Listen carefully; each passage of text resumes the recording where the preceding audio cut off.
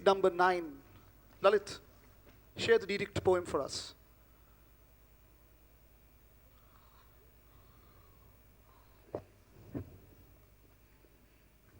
I've walked for many years to find a drop of water in the middle of the desert. I've walked for many years to find a dash of red smeared into the white canvas. I've walked for many years to know what goes up comes down. I've walked for many years to know that a river begins somewhere and becomes a confluence somewhere else. I have walked for many years to treat the shade of every tree as shelter. I have walked for many years to understand the difference between the ability to gaze and the ability to see. I have walked for many years to understand the warmth of the sunrise.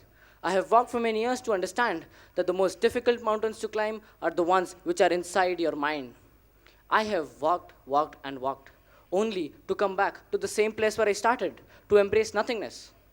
I have turned myself into a dot, a full stop, a cipher. I have walked because what else do I have but the ability to walk? I have worn my boots on, I have worn my boots off. I have walked only to walk further. How do you walk? Inside the net? Outside the net? Come, let's get inside the web of life. Parikshit, in 2-3 sentences, tell us, what can you see in the mirror as people walk into the net? What do you see in the mirror? I think when we look at the mirror, we realize that there's a lot of difference between our public life and our private life. We are always looking for an inclusive society, but when you're looking at the mirror, we find that we're exclusive. Basically, what we are looking for in the society today is fairness, but when we are looking into the mirror, we're looking for a different kind of fairness. There seems to be a new definition of fairness. Fairness which seems to be very exciting, something that drives us to work, something that makes a person very passionate. Let's have the video of the new kind of fairness. Come, Abhinav, play the new fairness video for us. चुप चुप के ओ गोरा बनना चाहते हो चुप चुप के लड़कियों वाली फेयरनेस क्रीम लगाते हो चुप चुप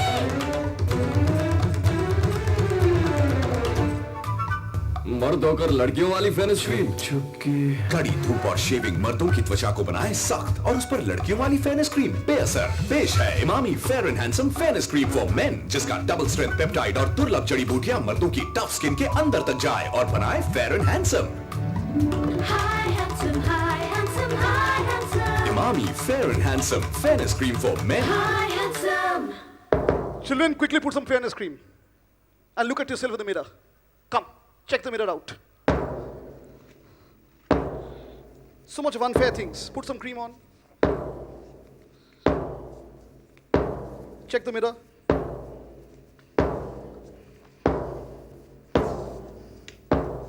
Closely. Check the mirror further.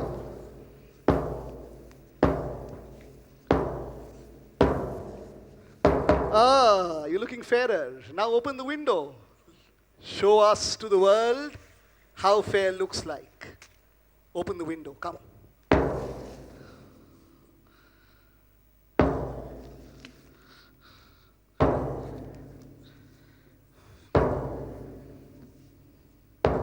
It isn't fair in Peshawar anymore.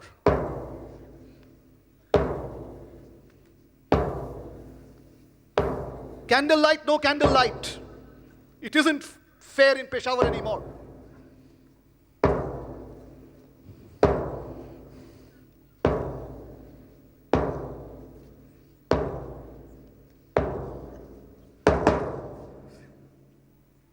Come, Kushlu, tell us your next edict.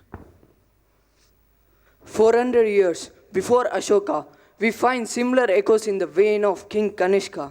In fact, if there is one single legacy that binds Kanishka, Ashoka, and Dr. B.R. Ambedkar, then it must be a popular legacy of challenging caste and class.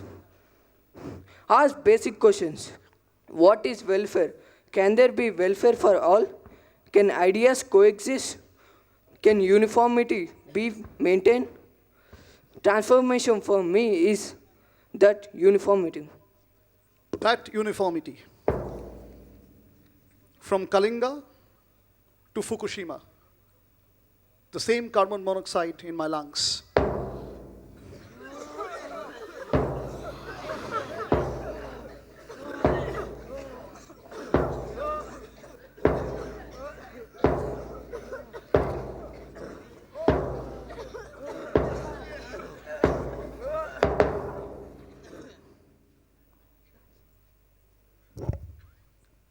Ladies and gentlemen, about 50 inscriptions of Ashoka have been found all over South Asia, out of which some are not very far away from where we are in Hyderabad, especially the inscriptions in the district of Kurnool.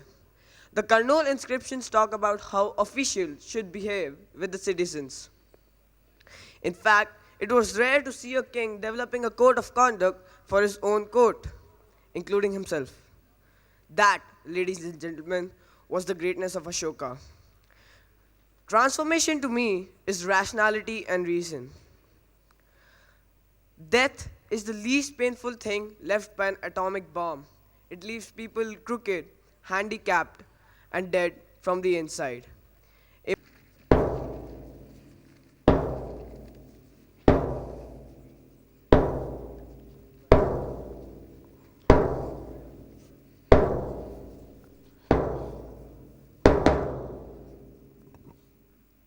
So, ladies and gentlemen, let me repeat an old Indian saying with a little modification to it that captures the spirit of Ashoka. I quote, "When the last island of the world has disappeared, when the last tree has been cut, when the last river has poisoned, when the last human being has gone extinct, when the last insect has decimated, only then we shall realize that we cannot eat money." Oh, and I forgot the last part. When the last few rocks of Shamirpet have disappeared, only then we shall realize that how many more resorts do we need. Not many more. Come slowly. Remember all those years of partition. The partition in our minds, the partition in our landscape.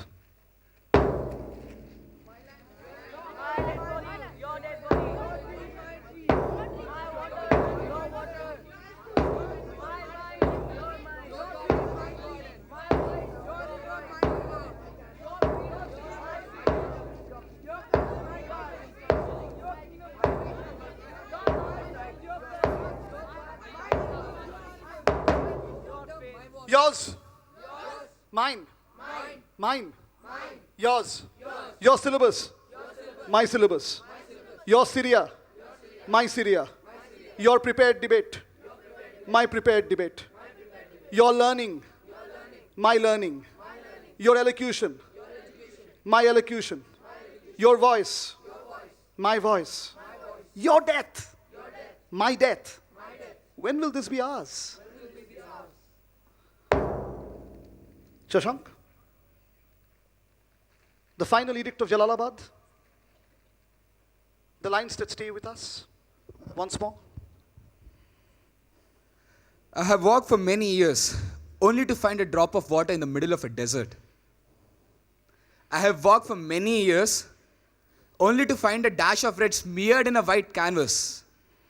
I have walked for many years only to know what goes up comes down. I have walked for many years to know that a river begins somewhere and becomes a confluence somewhere else. I have walked and walked only to come back to the same place where I started. Again, I have worn my boots on, I have worn my boots off. I have walked only to walk further. But how will you walk if there is so much of hunger in your stomach? That hunger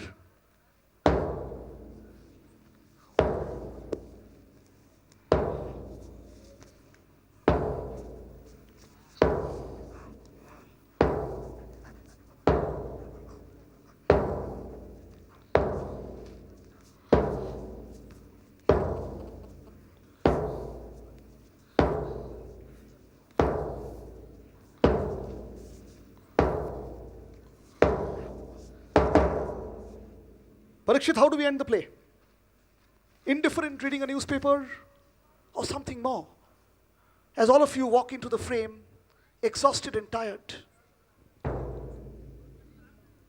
Well, ladies and gentlemen, this play has almost come to an end.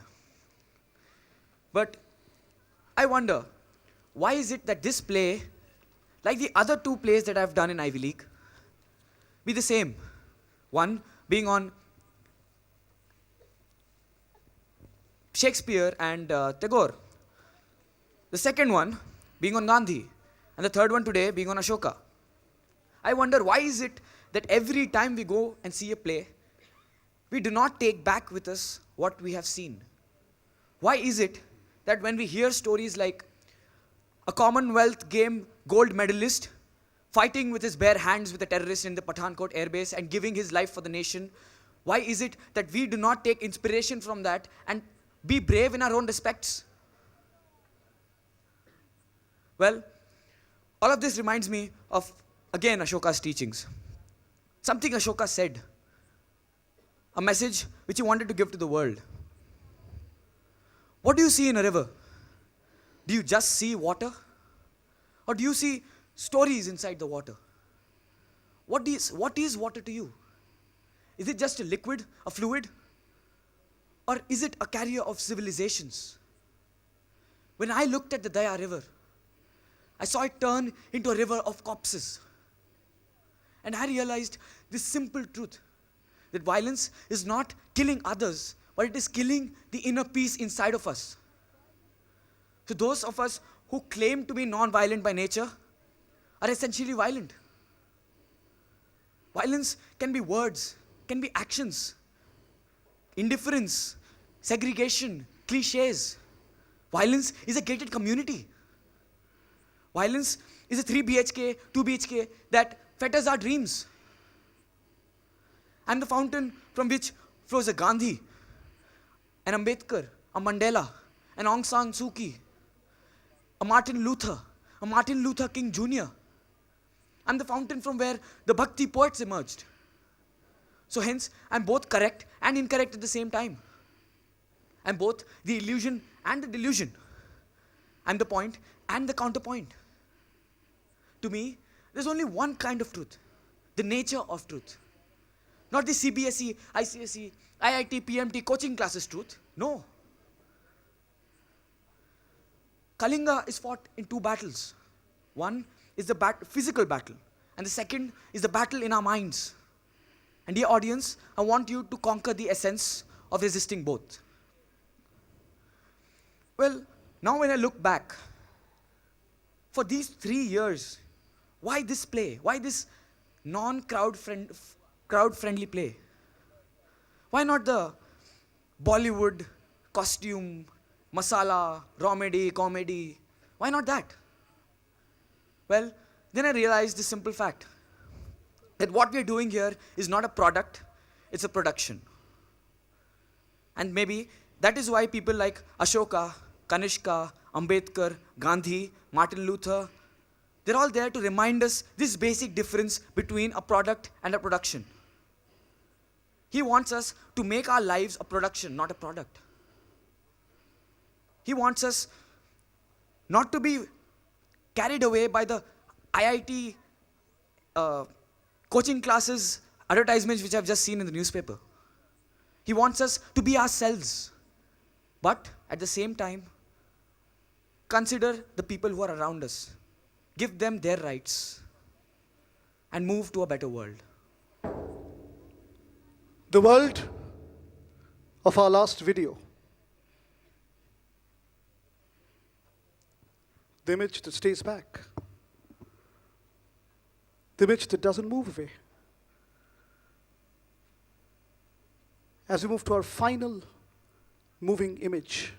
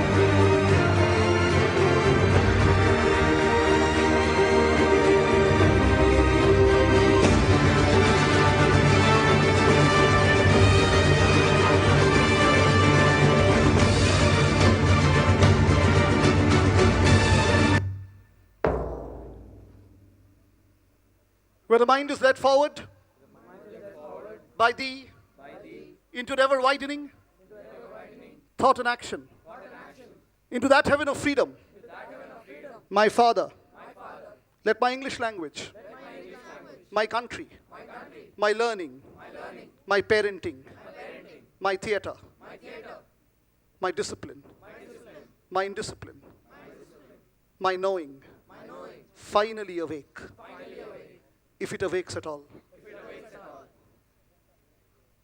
Please stand on a straight line and bow on the stage.